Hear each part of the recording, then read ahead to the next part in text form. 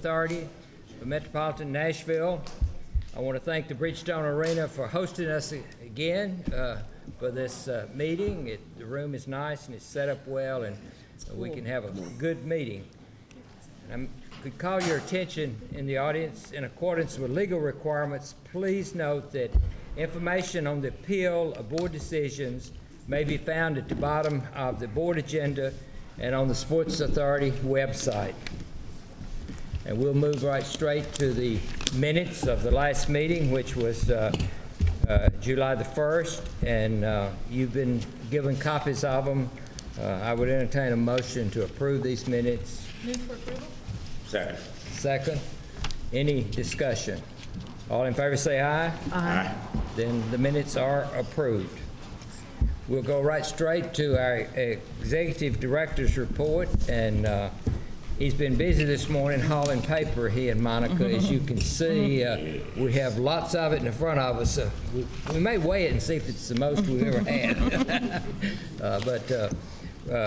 I want to tell you that Tori has really been busy and Monica's been busy. They've had a lot to do, and since our meeting July the 1st, with all that's going on in the city and as it relates to the Sports Authority, and appreciate their work and their dedication. And Toby's going to bring our executive director's report and updates. Thank you, Mr. Chairman. It has been a busy time, even though we just met about 3 weeks ago, a little over 3 weeks ago. It's been quite busy since then. Very quickly, I'd like to, obviously thank Bridgestone Arena for letting us use their facilities again, and congratulate Sean, Jeff, and their team on the fantastic news that was in the Tennessean yesterday on the ranking on concert attendance, 7th in the U.S. and 23rd in the world. And if you look at that list of some of the cities that come after us, we're positioned very well in the world. So another a tribute to those guys and all the hard work that they do certainly validates what we're all here to do every day. Very quickly, I wanted to go through again the packets. As everyone knows, and as JD alluded to, there's a lot of material here. So very quickly, obviously, tab 1 in your materials included the minutes for this board meeting. Tab 2 is a brief summary of the materials that may be helpful to some of you as we go through the course of the meeting.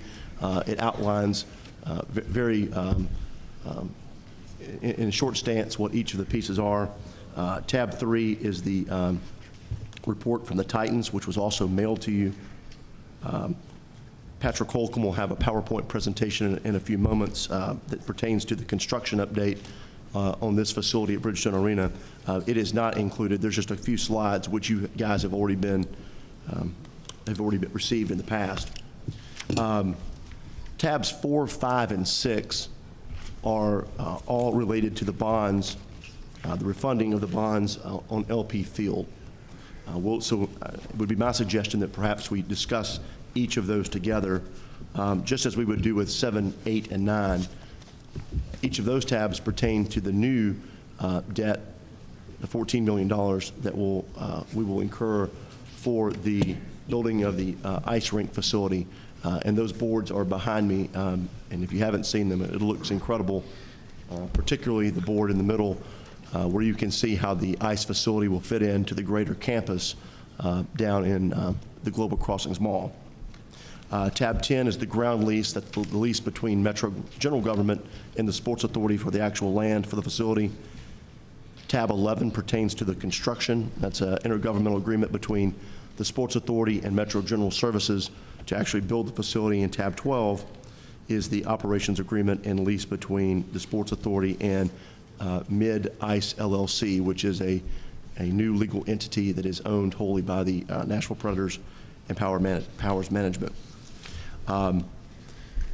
Since our last meeting, we have had many meetings around the ice facility, and I've got to participate in some of the business meetings out there. The Predators were there as well, and others. The business community out in the Global Crossings Mall area, the Hickory Hollow Mall area, is excited about this project, and their community is really fired up to see all of the work commence out there. So we got to participate in that neighborhood meeting. I was out there for some of the 4th of July activities, so we're in touch with those folks out there quite a bit. That's been exciting. One of the things that our office is working on right now, we've begun a series of meetings with stakeholders as it pertains to the parking in LP Field. Both Monica and I are going around and trying to look at our policies and make sure that from a civic use standpoint, we have adequate parking and available parking for the park that's located down there, Cumberland Park, the bridge building and the events there, and then the other many events that take place there. There's a myriad of 5Ks and walks and just so many activities going on down on that riverfront, which is very exciting and very good for the city, but at the same time, it gets kind of challenging to negotiate all of the different parking. So Monica and I will come back before the board at some point in the future, maybe perhaps in August or September, with some recommendations and some ideas of maybe how we can better utilize some of that parking. And then my final comment is a congratulations to Monica. She's been accepted to the Metro Management Institute, and she'll begin that training series here in the coming month. And it's a fantastic opportunity for her to be among people in Metro who are really managing and doing so many things in leadership throughout Metro, and a nice opportunity for her. So, Chairman, those are a couple comments, and I look forward to a good meeting. Okay. Thank you. Any question of Toby before we go on with the agenda? Hearing none, we'll move right in. I believe the first report today is going to be the Titans report.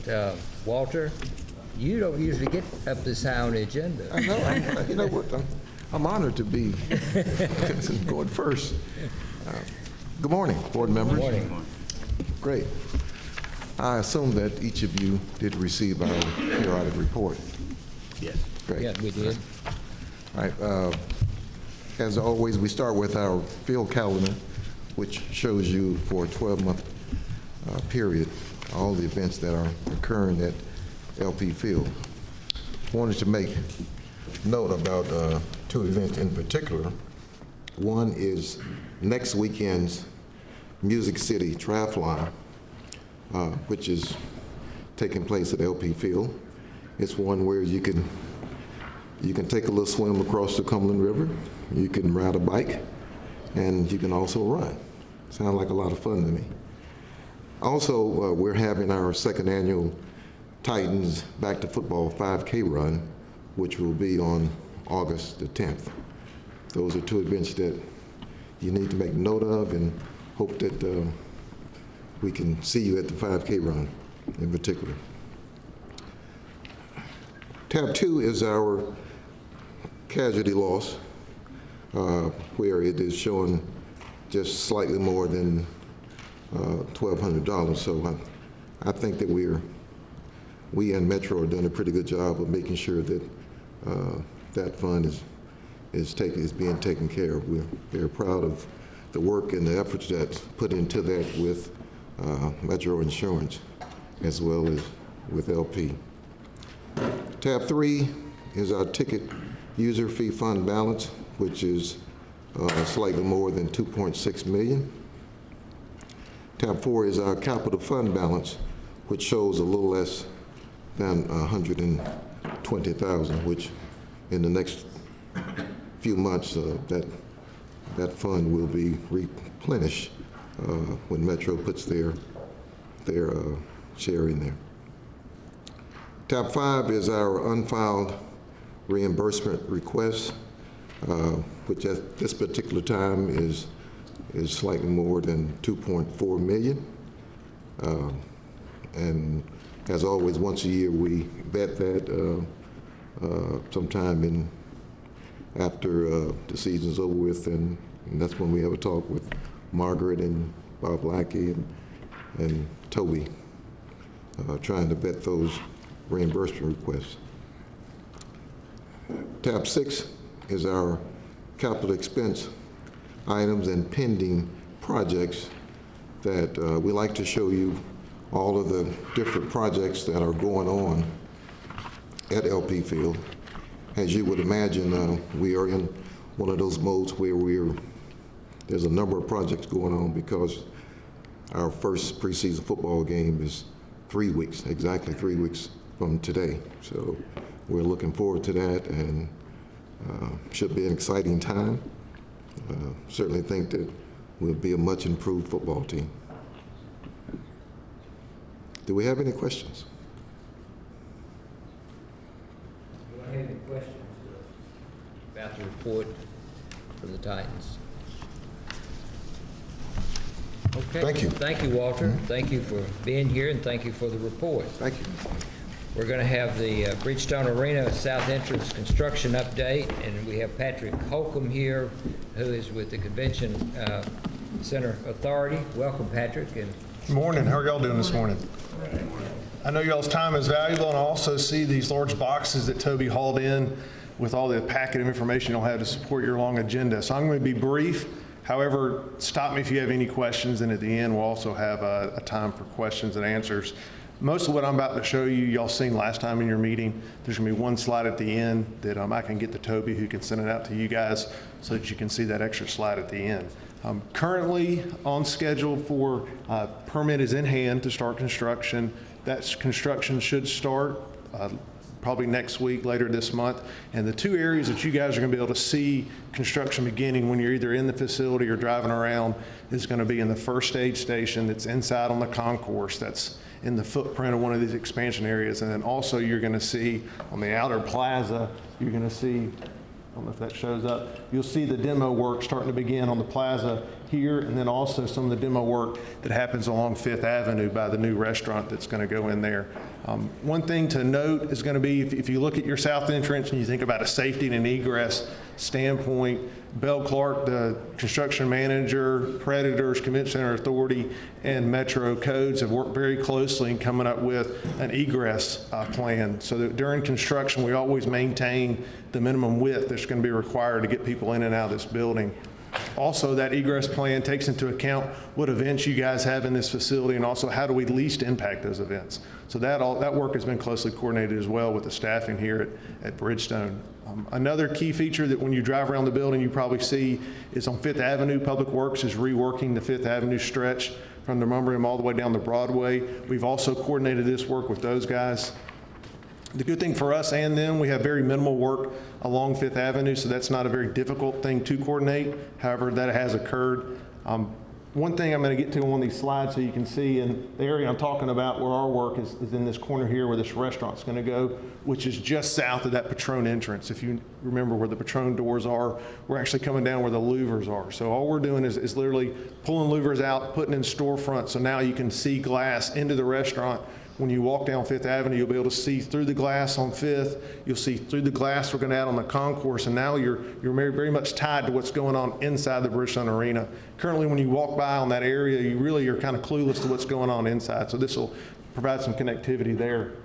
The last slide I'm going to show you is a concept that we're in the process of pricing and we'll implement pending that it's in budget, which we foresee that happening. And this is the parking garage. If any of you guys have been in the new convention center and you look across at Bridgestone Arena, we're doing a lot of work that was at the plaza. You know, if you think about what we're doing here in the plaza area, which is a huge vantage point from the MCC, the parking garage is half of the screen here that you don't see. And currently right now, because the police is utilizing it from a security standpoint, there's chain link fence that's up, and how do we dress that up? So this last concept that you're seeing, and I keep saying concept because this is a rough rendering that the architect provided for you guys to be able to see it. There's a lot of plans and details that show more specifics on this, but this gives y'all a representation of what we're talking about. This would be the 6th Avenue entrance, who probably most of y'all pulled into this morning going into the garage. And what this is a metal mesh. It's the same mesh, I'll jump back, that's going to be on this side of the parking garage here with the Predators logo projected onto it. So it carries that same theme all the way around the corner and up 6th Avenue, as you can see, to the edge of the parking deck. And the idea with the mesh is you have to provide airflow for the cars for exhaust, and also it provides a nice surface that ties into what we're doing above the plaza there. So hopefully you guys will be able to see this starting to take shape soon as we begin construction, and you'll be able to see closer what we're talking about here. A couple things I just want to point out, just so when you see it, it's not as surprising to you. There's a distance that this mesh has to stay off the building for an airflow, and then also we're kinking it out some to provide some depth, so it's not a big flat metal panels. There'll be pieces and parts that have some movement going to it, so it creates a lot of interest from people walking down, both from the parking deck at MCC, driving down Demummer Street, coming to events, and just driving around town. Are there any questions that you have? I know that's some high points, but yes, sir.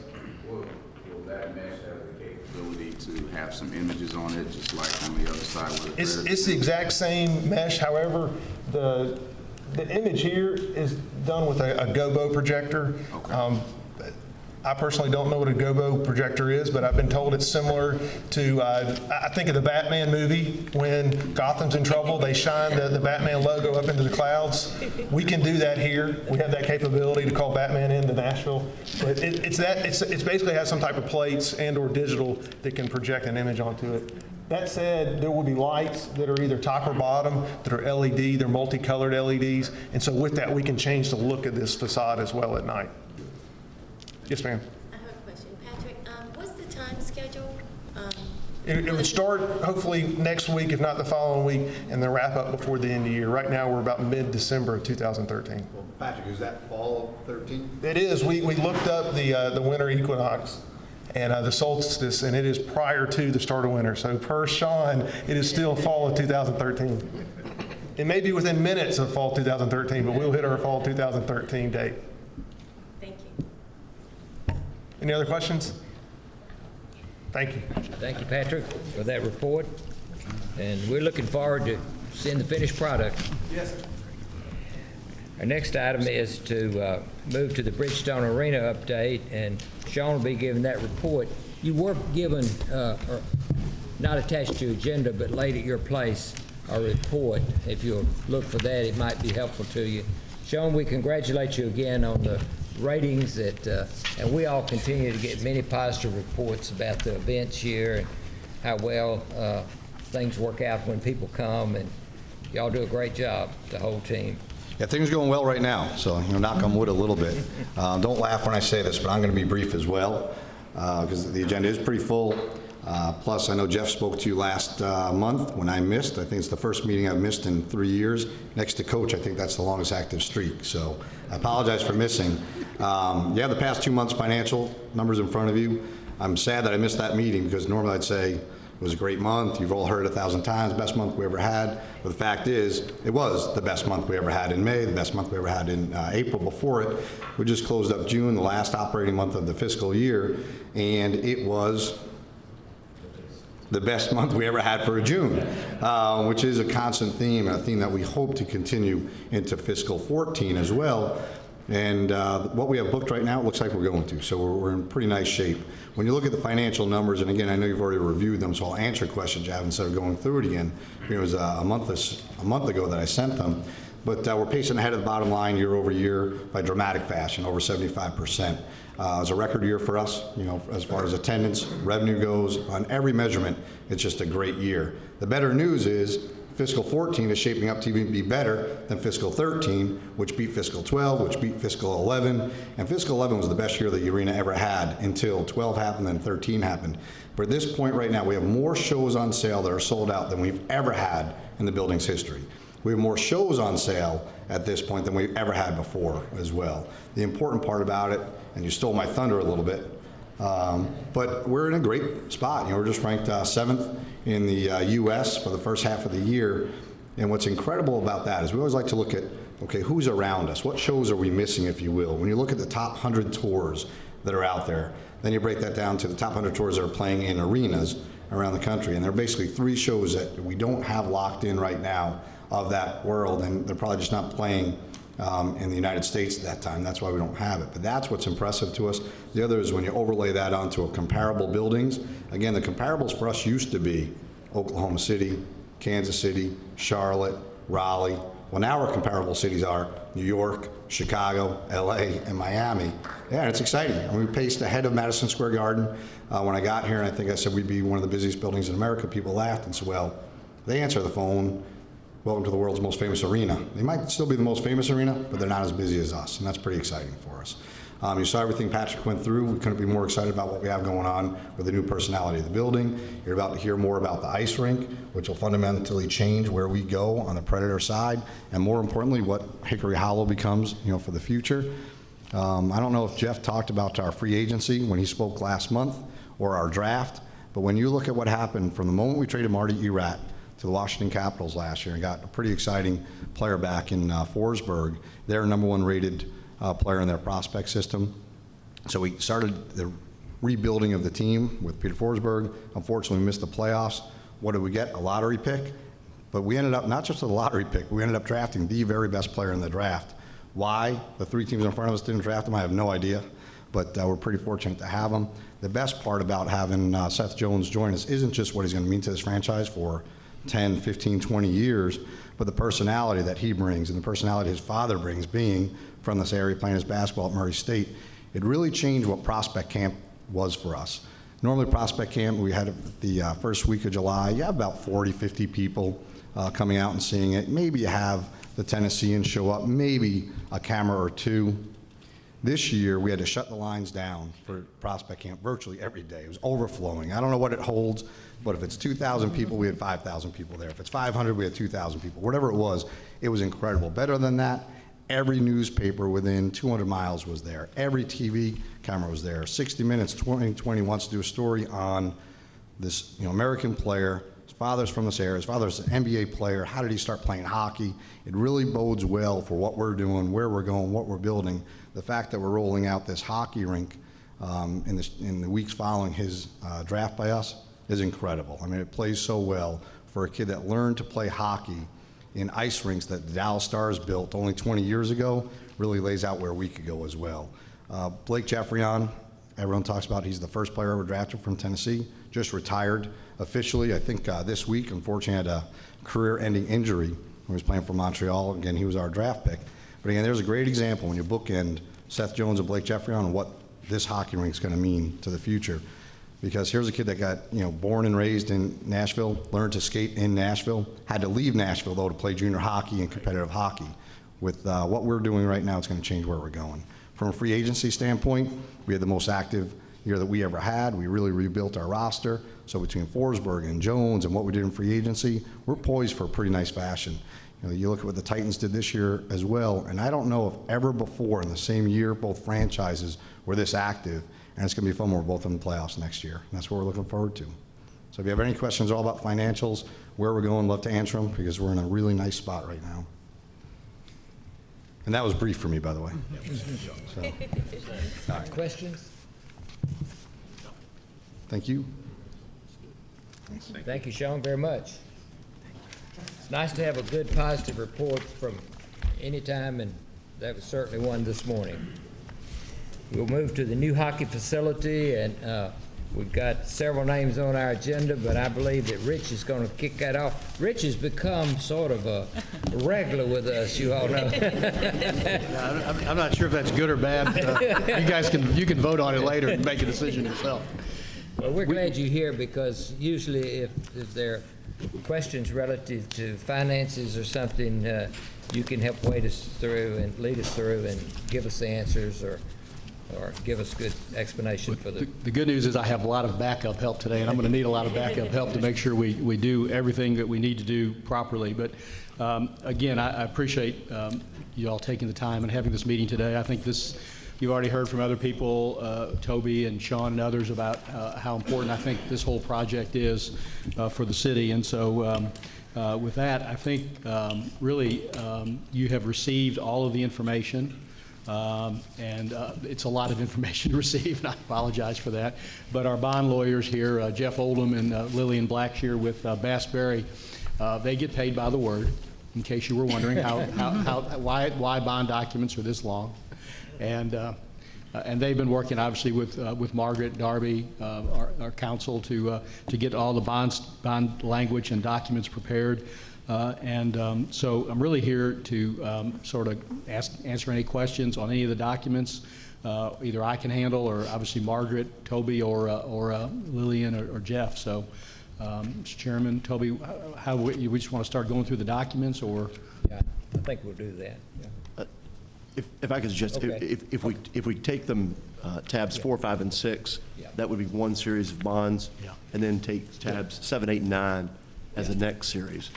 Thank you, Toby. That's... That would be probably the best way to proceed, and then we may need to take votes on separate items. But let me give you just a little on the refunding issue. I need to make sure I tell you something. Unfortunately, rates have risen, as Kathy shaking your head knows, somewhat considerably since we first talked about this only a month ago. It's amazing how the Fed makes one little statement, and next thing you know, the market is completely transformed. You talk about power. They have lots of power. And so the refunding piece of this is only going to be done if we generate a savings level that we think is worthwhile. When we showed you before, we were looking at probably $300,000 a year in savings. That number is probably closer to 100 to 150 today because of the market. It's dropped that much. Just a little adjustments in rates really impacts the bonds. It still has a present value savings of well over 4%, close to 5%, which is above the Sports Authority and Metro government's policy of 3 to 3.5%. So we're still well above our threshold. And I think when we get ready to sell the bonds, we're still in that 100 to 150 range. I think we're going to go forward on it. I would recommend going forward on it because rates aren't going to get any lower in the foreseeable future. I mean, it's just, we're now I think all the experts believe we're in the period of rising interest rates rather than lowering interest rates. So we will monitor that day to day as we get closer to selling the bonds, but let me know that even with your approval, we will only do so as long as we got to meet our policy guidelines, and the minimum threshold is going to be in excess of $100,000 a year savings, which again is not a huge savings, but relatively speaking, it's savings, and it still meets our policy threshold. So I just wanted to make sure you understood that because it's not as rosy as it was a month ago, just out of our control. So that's the only caveat I would put on the refunding issue, just so you know that. Okay, I guess we will discuss. Margaret, you? I'm happy to explain to you what each tab is, if that's helpful. And I would ask bond counsel to jump in at any moment that they feel the need to do so. Tab 4 is the refunding resolution. This is related to the stadium debt that's outstanding. And as Rich just described, the purpose of doing this is to achieve a savings in the overall debt. There's also a refunding escrow agreement that goes along with this. This is an agreement we have for the proceeds from the bond sale to sit in an account waiting to make the payments on the refunded bonds. The current bonds aren't callable until a certain date, and so you have to put the money into an escrow agreement, and then when those bonds can be refunded, then the old bondholders get paid the money, and then you have just the new bonds outstanding. Correct. Thank you. I've done this once or twice, and I used to do this. And you should feel free to jump in anytime too. I get part of Bass Berry's fee if I by the word too. The third supplemental trust indenture. This is the agreement that we have with the bondholders, and it needs to be amended to make this refunding.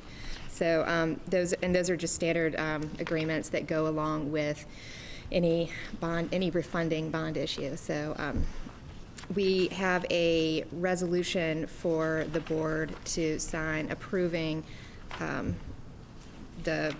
guess it's a resolution approving this resolution, or is it the initial resolution that they're approving right now?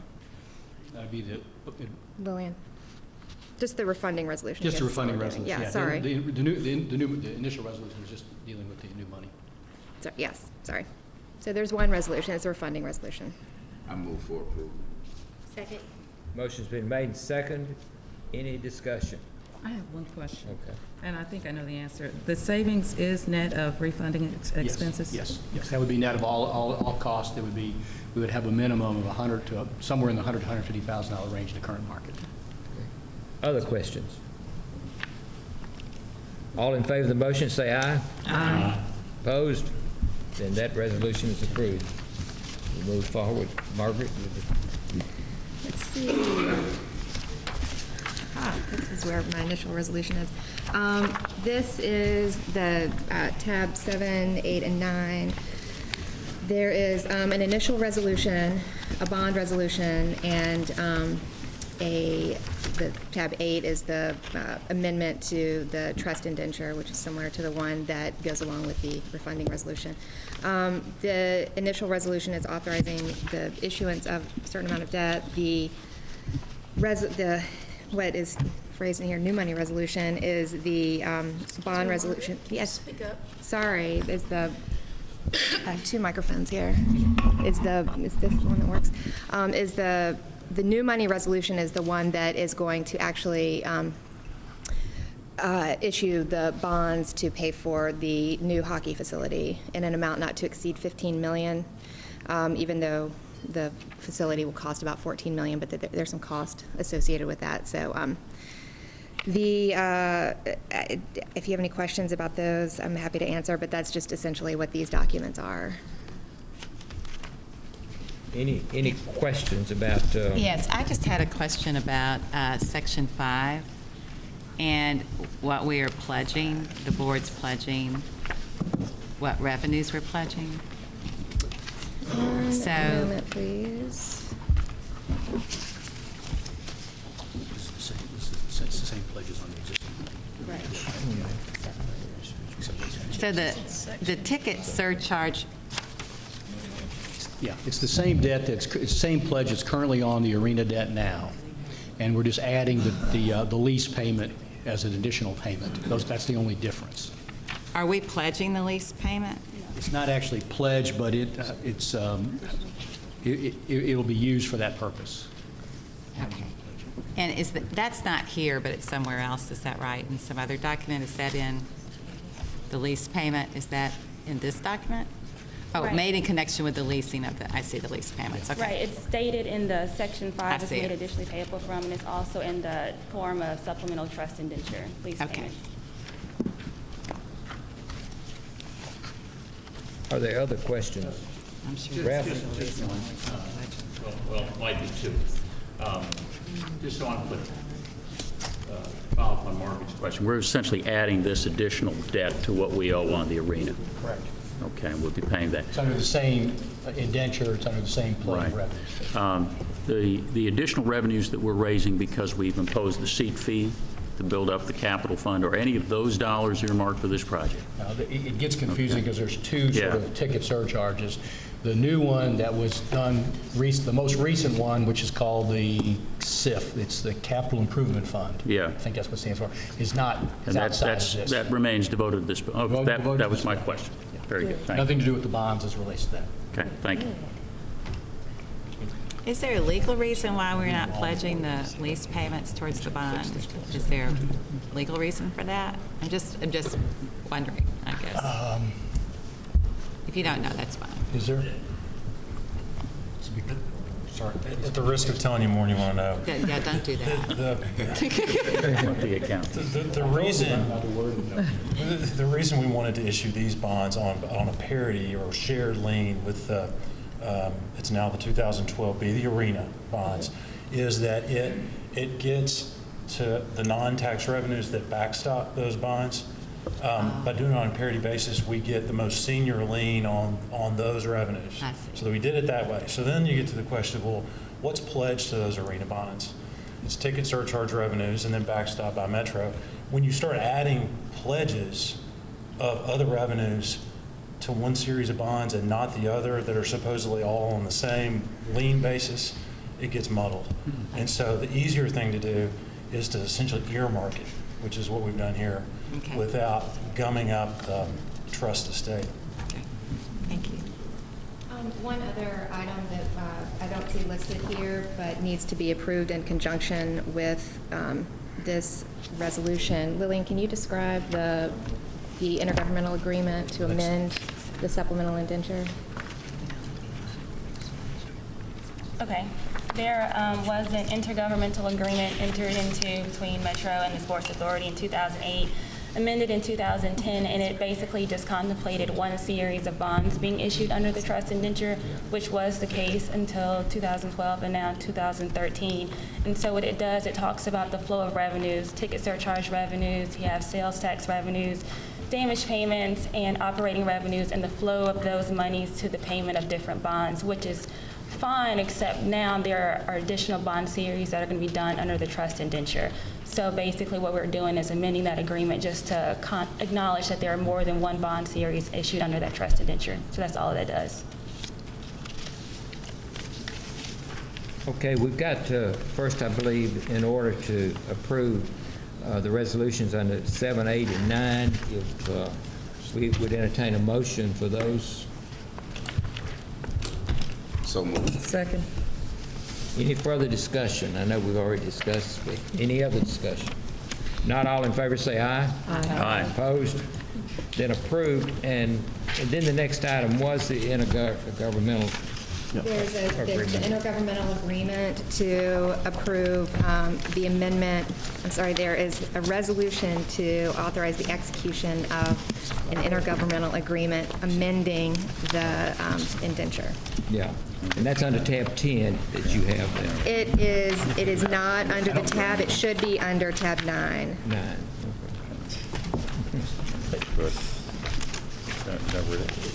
Do they have that, Margaret? And you want us to It's under 10? have, do we need to have a Different from separate? the one that's under 11? Yes. Yeah, I'm sorry. Excuse me? There's an intergovernmental agreement. There's a under second 11. intergovernmental agreement, and we'll get to that shortly. Do they have this intergovernmental agreement? I don't think they have this, This- Margaret. this is I ground thought it was lease, sent to them, but one about the it needs ground to be lease? That's approved, and different. it's, one it she's is the resolution approving the amendment to the trust indenture. Is that correct? It's the second amendment to the intergovernmental agreement. There's a resolution to approve the authorization of that second amendment, which is just an amendment of the intergovernmental agreement. But we don't have a copy of it? I thought a copy had been sent to you. I have an execution copy for you. It's a really simple amendment. So it's not either of the two in here? It is in conjunction with tab Okay. 9, but it's not behind tab 9, correct? Okay. Can she just read it? yeah, just read it to us, and then we can have approval. I can do this.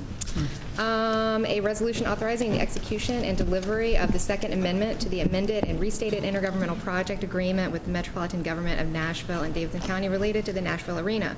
Whereas the Sports Authority of the Metropolitan Government of Nashville and Davidson County, the authority, has previously entered into that amended and restated intergovernmental project agreement, the Arena project, with the Metropolitan Government of Nashville and Davidson County, dated April 18th, 2008, related to the ownership, operation, and financing of the Nashville Arena, now known as the Bridgestone Arena. And whereas the intergovernmental agreement was amended by a first amendment to amended and restated intergovernmental agreement, dated July 20th, 2010, executed and delivered by the authority and the Metropolitan Government, and whereas the intergovernmental agreement as amended only contemplates the issuance of the inducement fee bonds under the trust indenture and does not contemplate the issuance of future bonds under the trust indenture payable from certain revenues pursuant to the terms of the trust indenture or other revenues and payments pursuant to the terms of the intergovernmental agreement, and whereas the authority now desires to further amend the intergovernmental agreement by execution and delivery of a second amendment to amended and restated intergovernmental project agreement for the purposes of, 1, acknowledging the application of certain revenues to the payment of debt service on the arena bonds pursuant to the terms of the trust indenture as amended, and 2, providing for the application of certain revenues and payments to the payment of debt service on the arena bonds pursuant to the terms of the intergovernmental agreement as amended. Now therefore be it resolved by the Sports Authority of the Metropolitan Government of Nashville and Davidson County as follows. Section 1, that the Second Amendment to the amended and restated intergovernmental project agreement attached hereto as Exhibit A is hereby approved, and the chairman of the Board of Directors of the authority is hereby authorized to execute it on behalf of the authority. Section 2, the capitalized terms not otherwise defined herein shall have the meaning ascribed in the intergovernmental agreement. And Section 3, that all other resolutions and orders or parts thereof in conflict with the provisions of the resolution are, to the extent of such conflict, hereby repealed, and this resolution shall be in immediate effect from and after its adoption. Mr. Chair, I don't know of anybody else. I didn't find that particularly helpful. Could we get a summary of what that is? Yeah. I can tell you what the amendment to the intergovernmental agreement does. In the intergovernmental agreement as amended by the First Amendment, the only bonds issued under the trust indenture at that time were the 98 bonds, which were defined as the inducement fee bonds. And so all we did in the Second Amendment is change the definition in the intergovernmental agreement of inducement fee bonds, replace anywhere it says inducement fee bonds to the phrase bonds issued under the trust indenture. So just broaden the definition. Thank you. Yeah, Do we need Kathy? to approve it? I would move approval. Second. Further questions? All in favor say aye. Aye. Opposed? Approved. Now we'll move to the next intergovernmental. Margaret? Okay, well, the next item on the I didn't say it was going to be easy today. I just said we got a lot to do. I hope I don't have to read anymore. Let's see. Margaret's doing a wonderful job of reading, by the Yes, way. she did. We ought to let the record reflect. Oh, I can't vote, so I can't. Oh, that's great. So tab 10 is actually the ground lease. This is the document that will be between the Sports Authority and the Metropolitan Government in order for the Sports Authority to have an interest in the parcel of property at what was formerly known as Hickory Hollow Mall, whereupon the ice rink will be built. And it's a 50-year ground lease, and it's necessary in order for the Sports Authority to have the ability to actually construct the facility out there. And that's the 2-cent version. Move for approval. Second. Well, you won't have to read that when we have it. Thank so. you. Thank you for the motion and for the second. Is there discussion? Any questions? All in favor of the motion, say aye. Aye. Opposed? Okay, that one is approved. And I guess we go now to the hockey facility operation agreement between the one more. Actually, tab 11 is the next one, sorry. It's the Oh, yeah. facility construction, and this is the second intergovernmental agreement. This agreement is very similar to the one that the board entered into with the Convention Center Authority for the facade construction for this building. And essentially what will happen here is that the Metropolitan Government, by its Department of General Services, will oversee the management of the construction of the new ice rink facility out at the former Hickory Hollow site. Okay. Do I hear a motion to approve this? More? So moved. Second. Further discussion? Questions? All in favor say aye. Aye. Opposed? I was just going to, just as an aside, on why we're doing that is because General Services is already overseeing the construction of the library and the community center. Thank you. And so we're throwing it all into one big contract, and that way we're going to get better pricing and timing and coordination and all that. So that's why it's being done that way. And Mr. Chairman, similar to what Patrick did this morning for the arena update, the construction, General Services will come and do a periodic update for the board so that you see through the course of construction, which will be about 12 to 14, 15 months, what the facility, where we are in the different stages. Okay. And Margaret, you still going?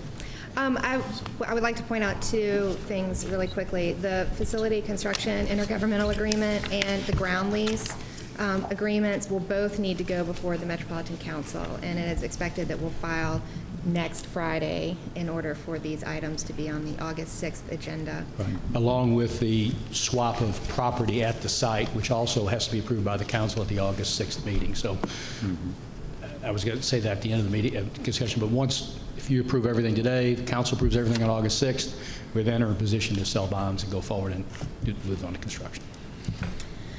Okay. The final agreement in your packet is the operations agreement. This is between the Sports Authority and the new entity known as Mid-Ice LLC, which is, I guess, affiliated with the Predators and Powers Management. And this is the agreement that provides for the rent to the facility. Mid-Ice will be doing the actual operations and the day-to-day operations of the new facility. It also has a component for 8 civic events throughout each operating year, as well as a kind of a scholarship component that can probably be better described by Sean or Rich, but a scholarship component that brings in the community to use the facility, and the residents of Davidson County will have certain opportunities to use the facility on some sort of scholarship basis. So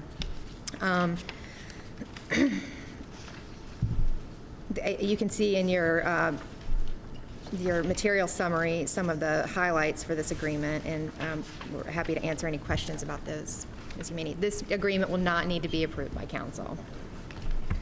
Okay, you've had this copy and to look at. Do you have any questions that you'd like to ask about this particular agreement between the authority and Powers Management and Mid-South ICE? I do. Okay, good. I am particularly looking at section 3.2, which is the profit sharing provision. And so I have just several questions that go around that whole concept. And one is that it looks like maybe it should say the leasee shall pay as rent. I mean, there's not really a requirement in there. But more importantly, I have a question about how profit sharing is determined, whether or not we need to wait till the fourth year to be able to get some of these, if revenues do well, given the shortfall that's been described with us. I also have a question about the naming rights definition, because under 8.2, it says that lessees shall be entitled to all operating revenues generated by the sale of the naming rights. And under the pouring rights, they have the same, opportunity to do that.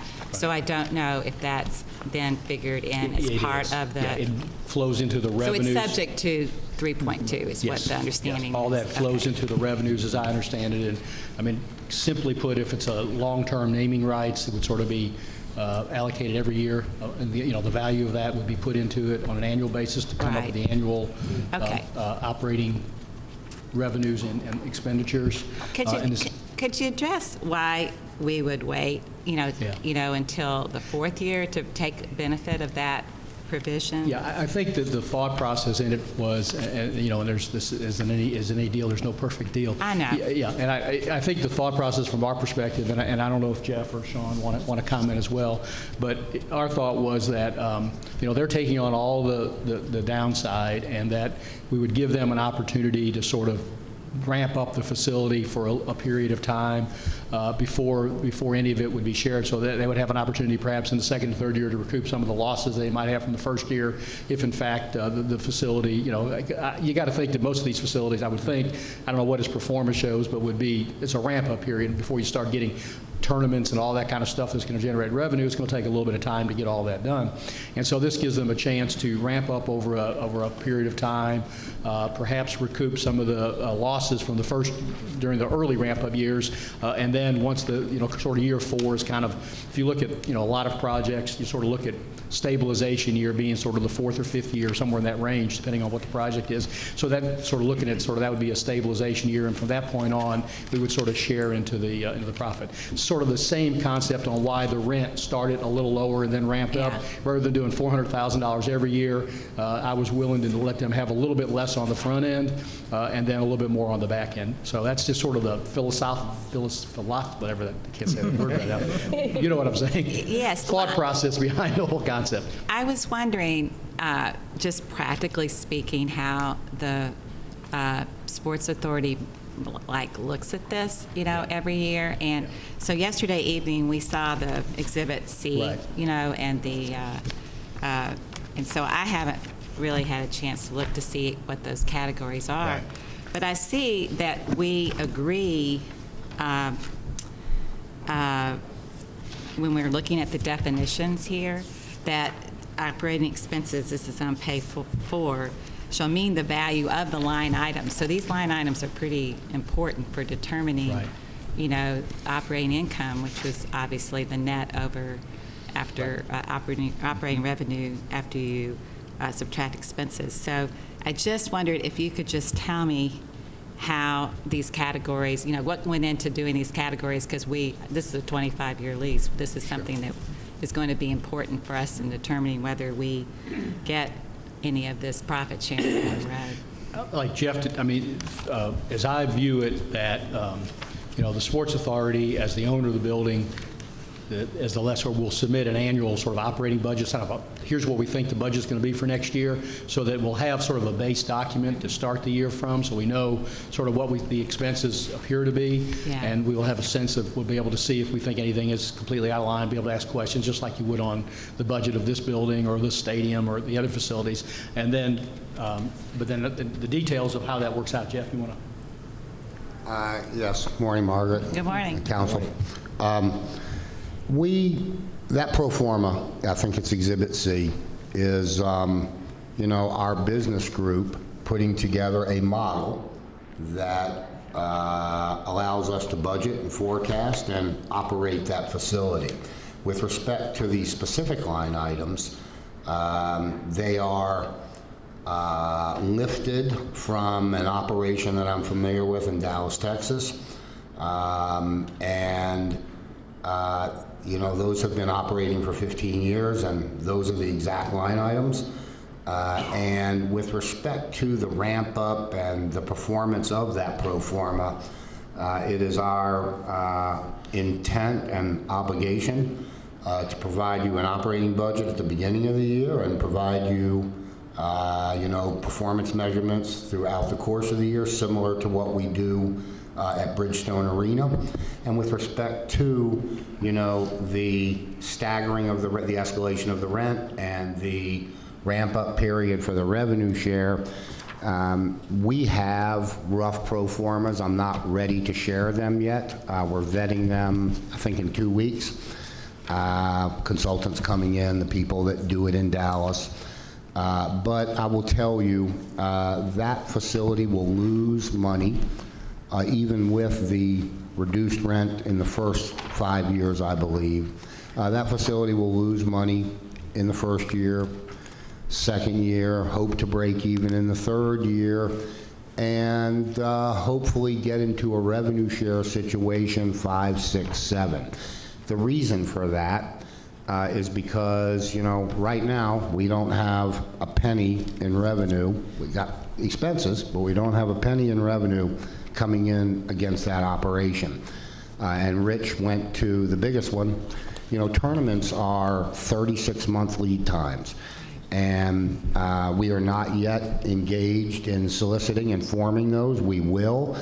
But, doing a 60-team tournament, regional, national, that's going to bring, 1,000 kids and their corresponding parents into that area, buying food and hotel rooms, that takes time to put together.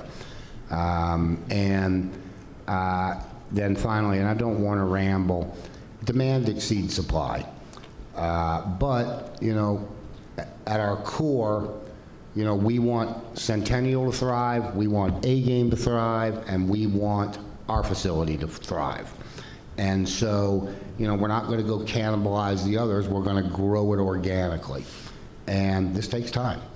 And we are willing to bear that short-term ramp-up risk and share in the profits going forward because our core and primary motivation is to grow our product in this market, and I'm not even going to say secondarily, I have a commitment to Metro that we are going to be an economic engine to Southeast Davidson County, and our interests are aligned there. The more people we put there, the less our risk is, the more taxes generated, and the more economic impact we have in that area. Did I answer your? Yeah, it was great. Can I ask a few more questions Sure. if Go you right don't ahead. mind, Go right Marty? ahead. I just have a couple more. That was really helpful. Thank you very much. Now, on Exhibit E, this is new. Is this something that just came up? Is that the equipment list? What is No, it? this is the rink development benefits. I'm sorry? The rink development benefits. Oh, yes, ma'am. We made a commitment as part of this negotiation. I have it, but I think I can do it without seeing it.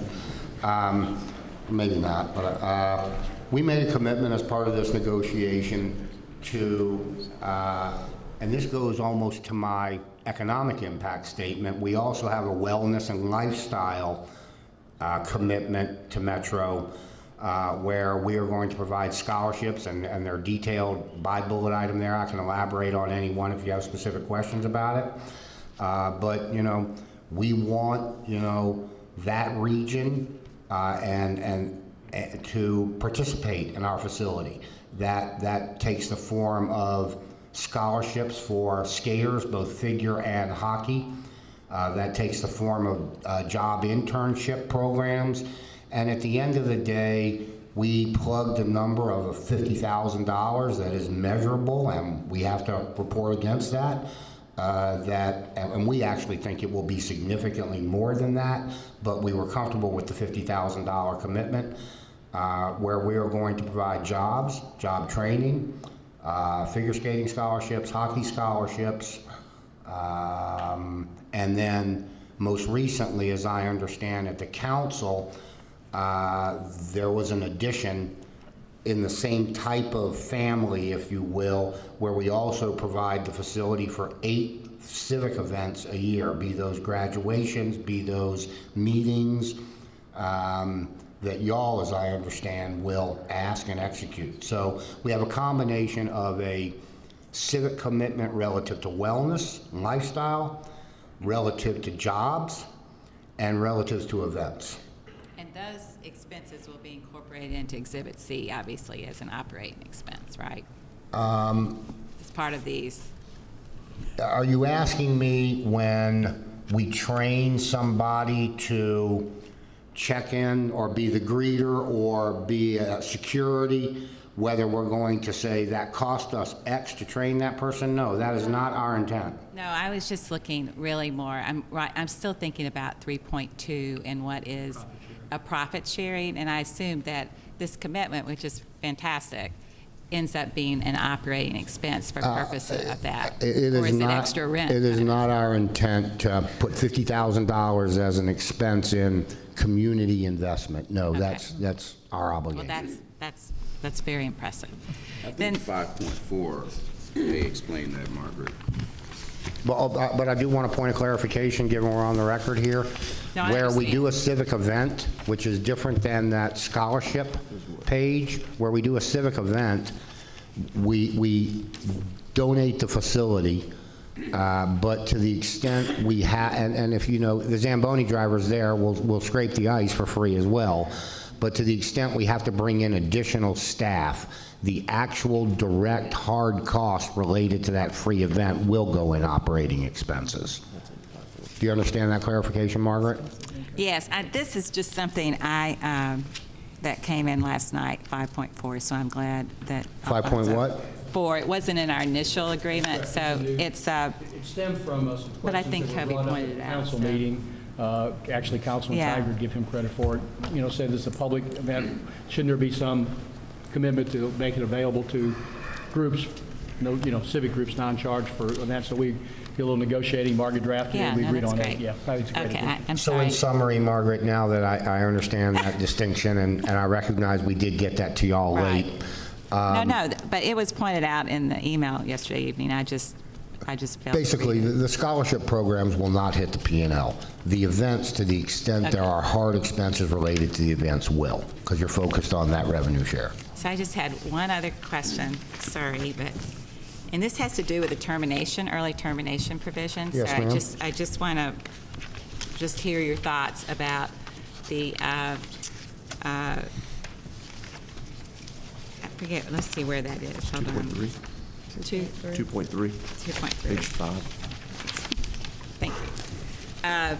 So if the license and use agreement terminates and it determines where we are in this 25-year lease, what happens with, if it's within 14 years, then 14 to 19 years, and then after 19 years.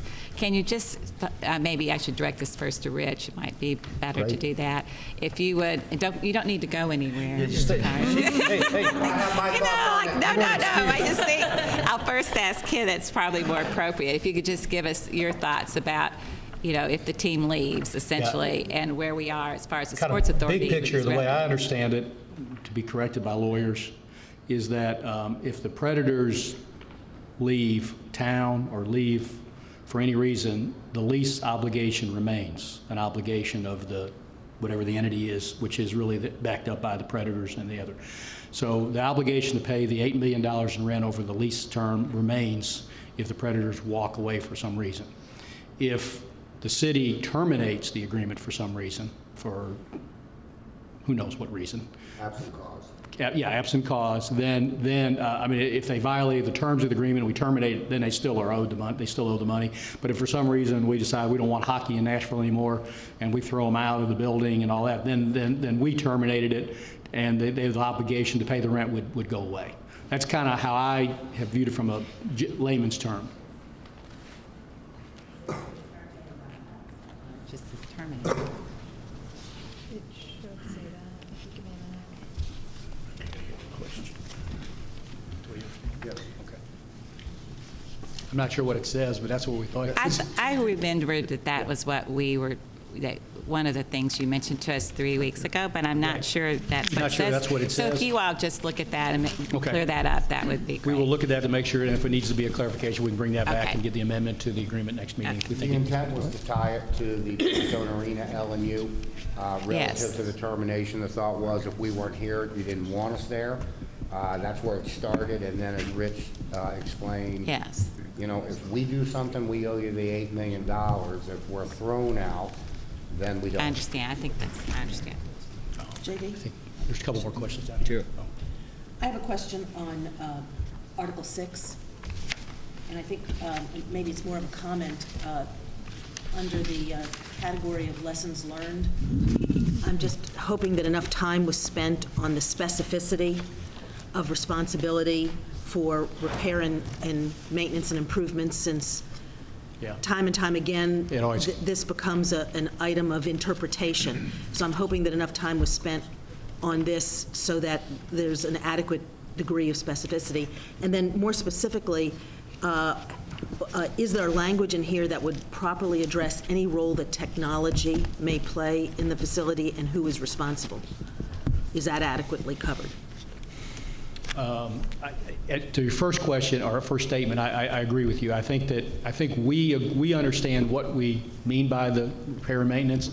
I can't tell you that when Jeff Cogan Jr. or Sean Henry Jr. run the team, whether everyone will have that same agreement, understanding 10 years from now, but I think so. I think we spent enough time to clarify that Margaret and legal were comfortable that it's as clear as it can be on that. On the technology aspect, you got it. Good.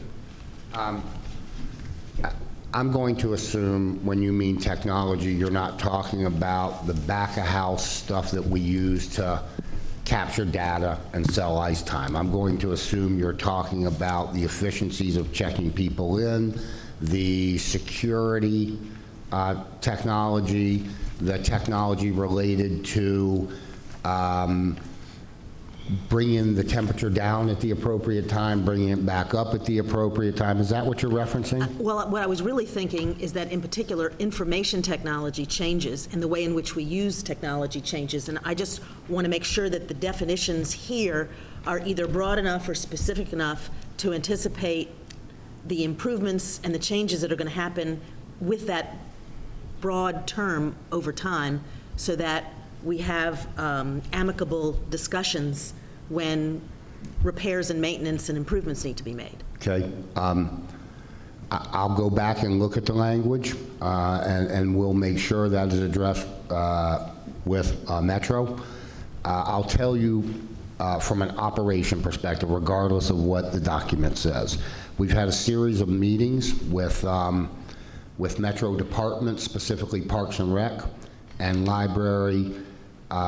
These are being managed by the general contractor because the intent and vision is to tie it all together. So there are both cost savings relative to the IT infrastructure, and there are operational efficiencies as we all open. When I say all, I mean the rec center, the library, and the skating facility. So what do I mean by that? That the security cameras and the security infrastructure will be a singular unit that is servicing all three, and we will pay our pro rata share relative to that. That is exactly what is happening now in the design build stage. And so I think that we are linked to a large degree as to Metro's capabilities and level of sophistication relative to that technology, at least as it pertains to security.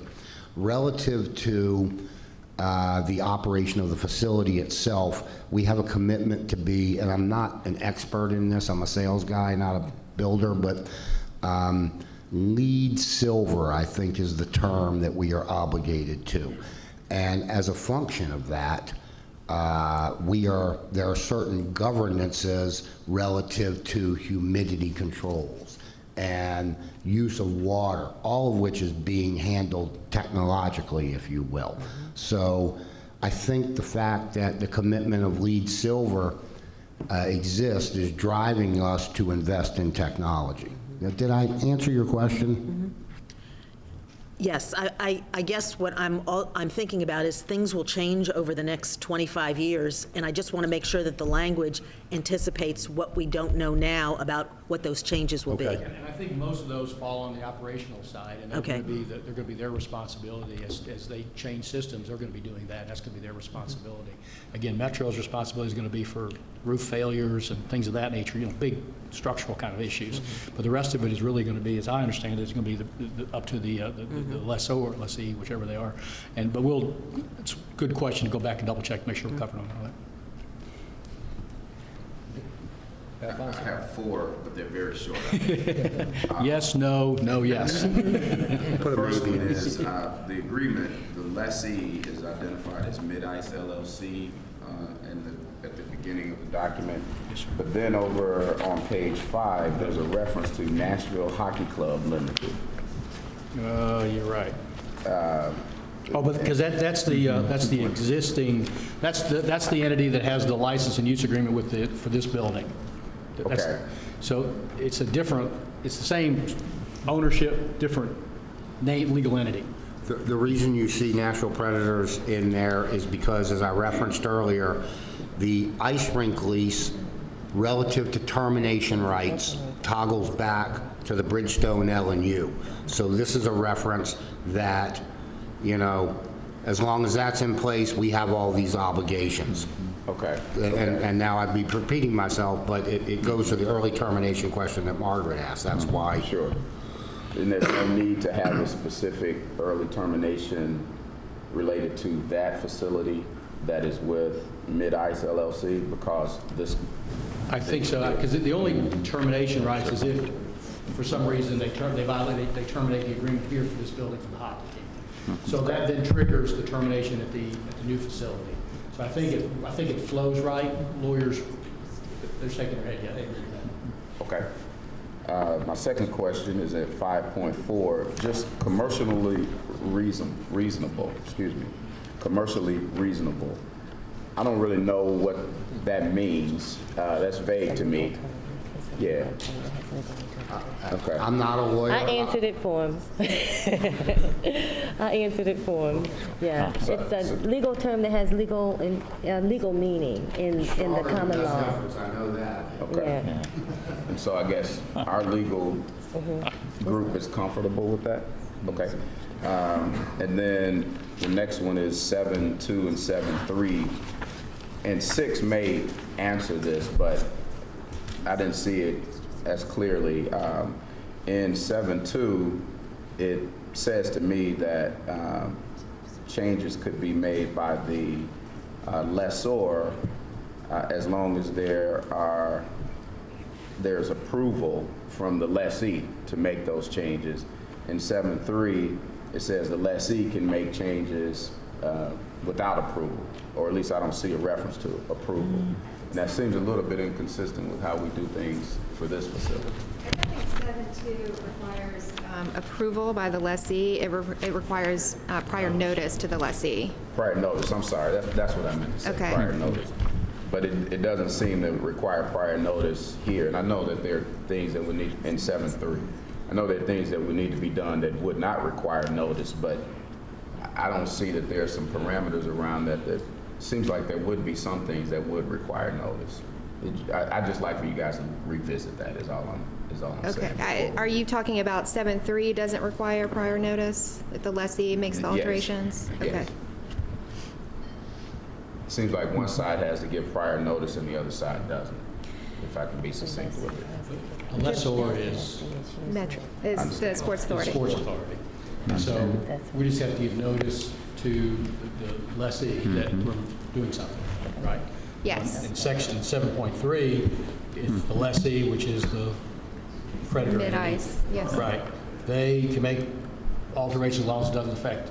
Are you saying you think there should be some notice provision in there, is what you'd like to see? Yes, that is what I'm saying. It seems to me that, as I read it, it says that anything could be done as long as it's done professionally, and the Sports Authority does not have to have notice of it. And I don't know that that's what our intent would be. Yeah. Now, if that's consistent with what we already have, then I'm comfortable with it, because I think the way we do things with this building works, but it just seems a little out of balance for me. Yeah, It doesn't apply to changes to facility systems or to structural changes into the building, which is the main interest that the Sports Authority has in this facility, the actual structural component of it. So I believe that is similar to what we do with this building, that there are certain alterations that the Predators are permitted to make, but they don't affect the actual structure of the building, and then what they do have to come before the board, Mr. Chairman. such as the facade. Okay. Yeah, I think that's the way I read it, that we have that protection, that whatever alterations they make, they're not structural, and they're not to the major systems, so that would be, less minor things. I don't disagree that notice would be good and appropriate, but I think we have some protection that they're not going to reconfigure the entire Also building under, or the major systems. Sure, yeah, and I understand that. It just struck me that the owners of the building, to do any changes, need to give notice, but the lessee doesn't. I think we could probably agree to put some notice language in there. I mean, I'm but I sure think we're that talking about they might be structural. agreeable to that. I think they're fine with that. It wouldn't cause me to vote against it. Yeah. It's just awkward to me. I think that's fine to put some notice, in both sections. That way, everybody knows what's going on. It I just think prevents that- any future, helps on communications. That's a great partnership, in my opinion. And the last one is the blank spaces on page 4 that deal with parking facilities and operating expenses. I understand operating expenses will be filled once the pro forma is done, and just making sure the same thing with parking spaces as well. Yeah, it will be, yeah. Okay. We just don't know the numbers yet until we get everything. Thank you. I have one last question. What's the time frame for completion of this facility? Do you know? September, October next year, hopefully. I mean, August. Roman calendar, it's summer. Well, I know this was probably said at the July 1 meeting that I missed, but this is an incredible investment by the city in the southeast side of our city, and it is to be applauded. As I will repeat myself on what I said before, but the city and with its partners, the Predators, but the city commitment will be well in excess of $30 million total to the former Hickory Hollow area, and we think with the help of the Predators, will completely help turn that community in a very, very positive way. And so I think honestly, this is I think one of the more exciting things that we've done since we've been in office, and I've probably been more excited about this because of just what it means. The convention center is great building. Not that I'm taking anything away from it, but in terms of trying to really help an area that, kickstart an area and get it turned back around, I think this is about as good investment as we could possibly do. And so this is, I think, a pretty neat thing to say. I'm not sure that's a legal term, but it's a neat thing. Okay, other questions? Is there a motion to approve it? Obviously, we have several modifications that we'll have in the minutes that will be spoken to. There's a resolution that I've prepared to accompany the ground lease, so you would be approving the authorization to have the chair execute the agreement with any changes that may be made to it, and those changes would be approved by the chair. So. Second. Further discussion? All in favor of the motion, say aye. Aye. Opposed? Then it is approved.